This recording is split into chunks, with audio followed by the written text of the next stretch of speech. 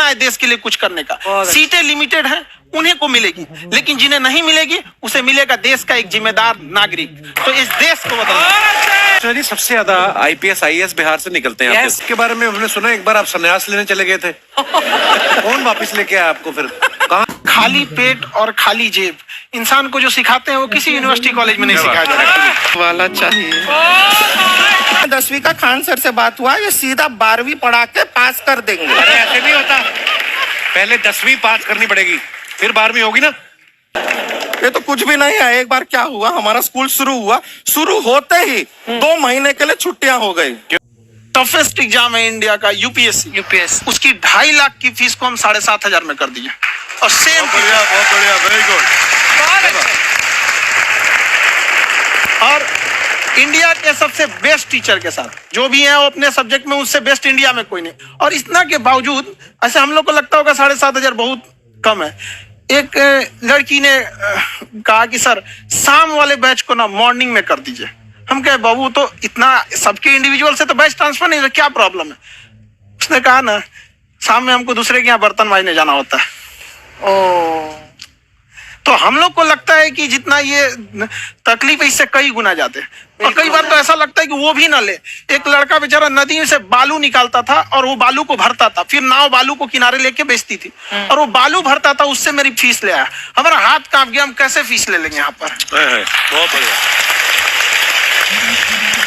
उसी दिन हमने ये प्रण लिया था कि भारत का कोई भी बच्चा उसके सफलता में पैसा उसकी बाधा नहीं बनेगी, चाहे उसको जितना भी पढ़ना रहे। आपका क्या बात। और अर्चना जी, मैं इनके बारे में एक बात, खान सर आपके बारे में मैं एक बात कहना चाहता हूँ। इनका जो स्टार्टअप है ये बूटस्ट्रैप्ड है। अच्छा, मैं साधारण भाषा में बता देता हूँ, ये सेल्फ फंडेड है। इन्होंने अभी तक किसी और से पैसा नहीं लिया है। ये इन्वेस्टर के पैसे से नहीं, इन्होंने खुद इसको बिल्ड किया है। और बल्कि इतना स्ट्रॉन्ग स्टार्टअप है ये कि मैं कहूंगा कि अगर इन्वेस्टर्स को इन्वेस्ट करना हो तो मैं इंडोर्स करता हूँ ऐसे स्टार्टअप्स को। यही सब चीजों को देखते हुए कई लोगों ने धमकी भी दिया था वहां पर। अच्छा। और उसके बाद बम चला दिए और 7-8 बम चला दिए और कुछ ब्लास्ट हुआ। एक बेचारा नया लड़का आया था एडमिशन लेने के लिए, उसकी स्कूटी उड़ा दिया। वो आया था, कहा कि सर हम तो पढ़ने आए थे, हमारा स्कूटी उड़ गया। हमारी ऑफिस उड़ा दिए सब। एक तो पास में आके गिरा और नहीं फटा वो।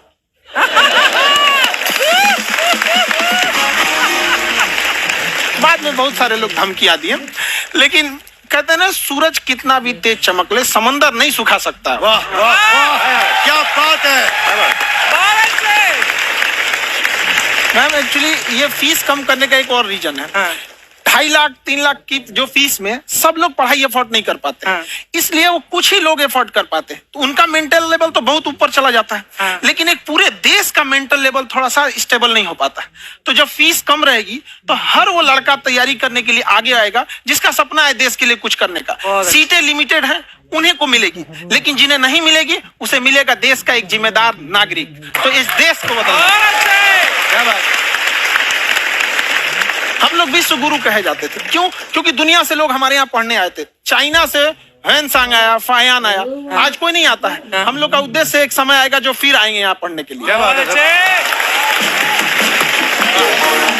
पर आप देखो अर्चना जी, सबसे ज्यादा आईपीएस आईएएस बिहार से निकलते हैं। आप देखो पढ़ाई लिखाई में पॉलिटिशियन बहुत बड़े बड़े निकले हैं। अब तो ऐसा नहीं है, ऑप्शन भी नहीं है वहाँ पे, इंडस्ट्री नहीं है, खेती करेगा तो कोई खास वो नहीं रहे, ऑप्शन भी नहीं है। सही बात है। बिहार की मिट्टी में एक चीज है, जिद तो बहुत जबरदस्त है। कुछ भी नहीं रहेगा तो सब कुछ पाने का उसको जिद रहेगा, करके भी दिखा देगा, कर देंगे हम।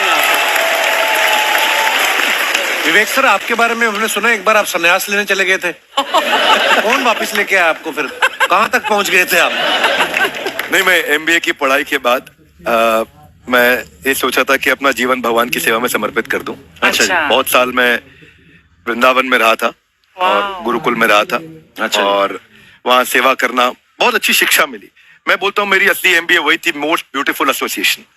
और मैं वहाँ भगवत गीता पढ़ी, जहाँ मुझे गीता से लगाव हुआ। तो मेरे गुरुजी का आदेश था कि आप भगवत गीता को बिजनेस मैनेजमेंट के साथ जोड़ के देश दुनिया में बताओ। मेरे को लगा बड़ा मुश्किल काम है।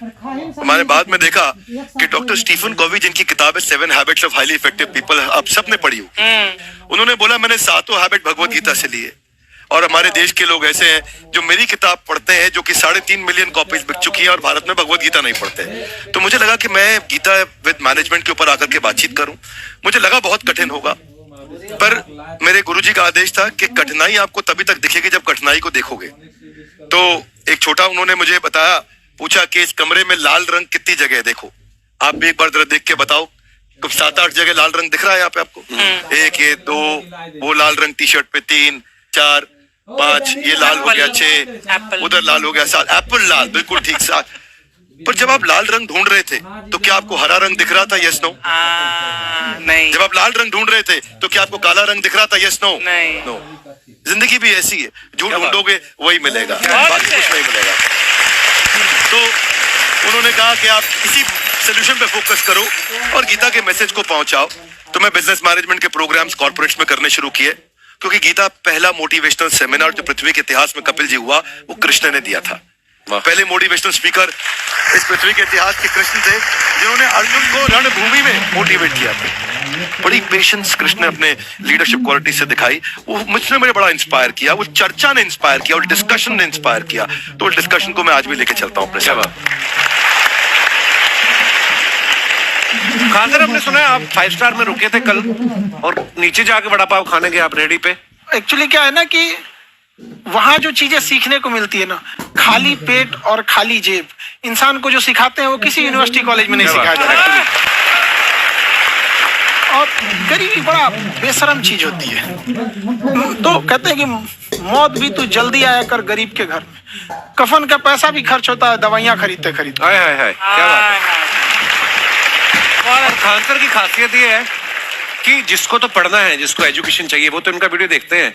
लेकिन वैसे भी कई लोग, जैसे अर्चना जी बात करी थी, कहती मैंने जब देखना शुरू किया तो मैंने बैक टू बैक इतने सारे वीडियोस देखे, क्योंकि आपका जो तरीका जो बोलने में, एक तो इनकी जो टोन है पढ़ाने में, और साथ साथ में जो ह्यूमर आता रहता है, तो उसकी वजह से और भी इंटरेस्टिंग हो जाते हैं आपके वीडियो। शुरुआत में हम लोग जब स्टूडेंट लाइफ में थे, या हम कई स्टूडेंट को भी देखते हैं, वो बेचारे जब थक जाते हैं तो आपका शो देखने लगते हैं। तो शुरू में हमको लगता था जब कि अरे ये हमारी पढ़ाई उसके लिए है, लेकिन पढ़ाई में थक जाता है, शो देख के नहीं थक जाता है। तो हमने सोचा दोनों को मिक्स कर देते हैं। तो हमने उसको, और आज आपको पता नहीं हमने भी यही किया है। मिक्स करने। हमारे एजुकेशन सिस्टम में 2 कमी है, एक एजुकेशन की, दूसरा सिस्टम की। आप पटना से है ना? हाँ। हमें भी पटना पसंद है। बस कोई पटाने वाला चाहिए। नहीं, मजाक नहीं कर रहे हैं। आपका जो चैनल है, हम दिन में 10 बार आपके चैनल को सब्सक्राइब करते हैं। अरे हाँ, और बेल आइकन तो हम इतने जोर से दबाते हैं कि बाकी यूट्यूब वाले बाहर निकल के देखते हैं कि ये कौन है जिसने इनका चैनल इतना जोर से दबा दिया बेल आइकन। बुढ़िया, तो शर्म नहीं आती? आते ही फ्लर्ट शुरू कर दिया ना तूने। जाते हुए करते हैं क्या? विवेक जी नमस्ते। आपसे एक काम था छोटा सा, कर देंगे आप? ये क्यों करेंगे? नहीं, गुरुजी हमेशा अपने वीडियो में कहते हैं कि विवेक से काम लो, विवेक से काम लो। विवेक मतलब दिमाग से काम लो आप। हाँ, तो विवेक जी अपने दिमाग से ही काम लेंगे। बहुत दिमाग है उनके पास। ये देखिए, जो आदमी, आपको मैं बताइए, जो आदमी बिना फिल्म किए कपिल शर्मा शो में आ गया, कितना दिमाग होगा उसके पास। लेकिन एक बात है जिसकी वजह से हम आप तीनों से नाराज हैं। क्यों? क्या बात? हर चीज में मोटिवेट मोटिवेट मोटिवेट क्या होता है? सच कह रहा है, जब भी ये शब्द सुनते हैं हमें लगता है कोई हमें चिढ़ा रहा है। बदल दीजिए ना, खाली मोटिवेट बोलना ही क्यों जरूरी है? कुछ और कीजिए। रोटी वेट, छोटी वेट, पतली वेट, कुछ भी बोलिए, मोटिवेट हटाइए। तो गुड़िया, तू भी एक्सरसाइज किया कर ना, देख डॉक्टर साहब ने कितना वजन कम किया है, तू भी कर ले। ठीक है, फिर मोटिवेट से ही चला लेंगे। लेकिन मोटिवेशन कोई बुरा बात नहीं है। हमारे दादाजी भी वैसे बहुत मोटिवेट करते थे। हाँ, एक बार तो तालाब में डूब रहे थे हमारे दादाजी। हमारे पास रस्सी भी था, ट्यूब भी था, फिर भी हम अपने दादाजी को बचा नहीं पाए। क्यों? क्योंकि हमने उनकी ओर तिनका फेंका ना, वही कहते थे डूबते को तिनका का सहारा काफी। नहीं लगा सहारा, दादाजी बुड़बुड़ बुड़बुड़ बुड़बुड़। गुड़िया, तो क्या करने आई इधर? अरे हाँ, हम क्या करने आए हैं एक पूछना था सर खान सर, ये जो हमारा एक चाचा का लड़का है उसको क्या है, थोड़ा पढ़ाई में प्रॉब्लम हो रहा है, तो 12वीं का पढ़ाई आप उसको अच्छी तरह करवा के 12वीं पास करवा देंगे आप? करवा देंगे, वेरी गुड, बात कर लेते हैं। हाँ राम सरोवर, देखो हमारा बात हो गया है, ये 10वीं जो तुमसे नहीं दिया जा रहा है वो नहीं देना है।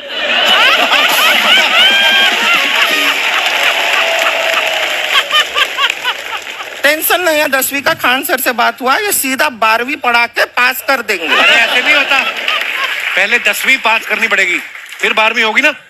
ऐसा कोई जरूरी नहीं है ये सीक्वेंस। हमारे मौसा जी थे, हाँ। उनसे ना 10वीं हुई ना 12वीं हुई, हाँ। अभी 3 दिन पहले सीधा उनकी 13वीं हुई।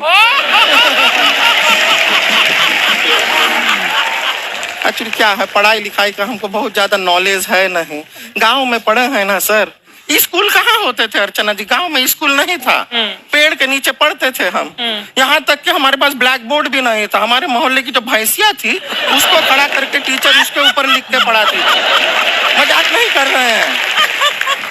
और आप तो समझ रहे हैं, अभी ब्लैक बोर्ड की एक अटैच डस्टर था ब्लैक बोर्ड का, समझ रहे हैं ऐसा, वो पीछे से आता था, लिखा हुआ मिटाता था और चला जाता था।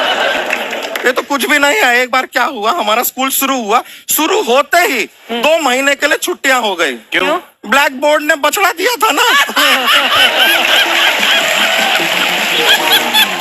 तो वैसे आप लोग ना इतने ज्ञानी हैं, सब कुछ जानते हैं, आपसे एक टेक्निकल सवाल पूछे। एक बार ना 4 दोस्त थे, 4 दोस्त, साम दाम दंड भेद। वो डिसाइड करते हैं कि चलो एक गेम खेलते हैं, तो टीम्स बनाते हैं। तो साम दाम ने एक टीम बनाया, इस पे भेद को बहुत गुस्सा आया, पता है क्यों? क्यों? क्योंकि भेद को दंड मिलाना।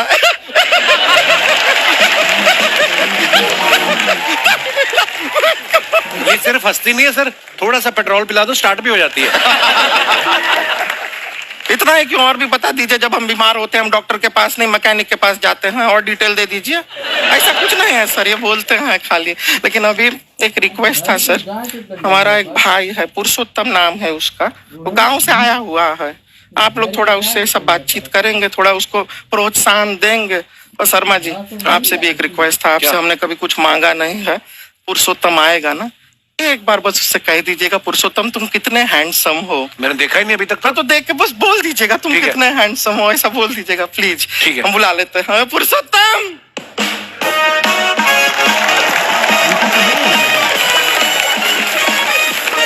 ये पुरुषोत्तम है। वाह, तेरा भाई बड़ा हैंडसम है।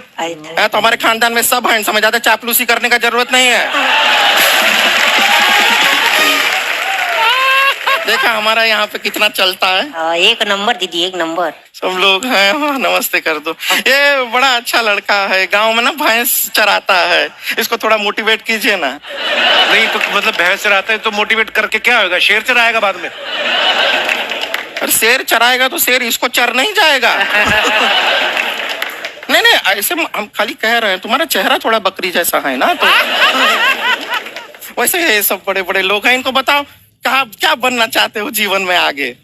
HR। HR, अरे वाह, देखे कोई बड़ा कंपनी में ह्यूमन रिसोर्स का काम करेगा ये। अरे HR मतलब दीदी Hrithik Roshan. Tiny tin tin tiny tin tin. जूता पहनने का काम किया करो, जूता खाने का नहीं। काम किया है, कुछ बड़ा किया है लाइफ में? किया ना दीदी, एक बकरी के बच्चे को बड़ा किया है। क्या जिराफ बना दिया बकरी के बच्चे को? अरे कुछ अलग किया है। हाँ दीदी, अलग किया है। वही बकरी का बच्चा भैंस का दूध पीने जाए तो हमने उसको अलग किया है। इससे नहीं होगा, मैं रहने दो, इधर आओ। ये देखो इतना बड़ा बड़ा लोग बैठा है, इनके सामने ऐसा बातें करोगे? इनसे मिलो, इनसे मिलो। विवेक जी तो कितना मार्केट के बारे में भी जानते हैं, मार्केट का कोई सवाल पूछो इनसे। सर परसों जो है मार्केट में हमारी साइकिल गायब हो गई, आपने देखा है क्या? हमारी साइकिल गायब हुई ना? हाँ। इसलिए दिमाग से पैदल हो तुम, पैदल समझते हो? हाँ। चलोगे? 20 कदम चलोगे? हाँ। हाँ, घूमो जरा, अभी 20 कदम चल के दिखाओ। निकलो।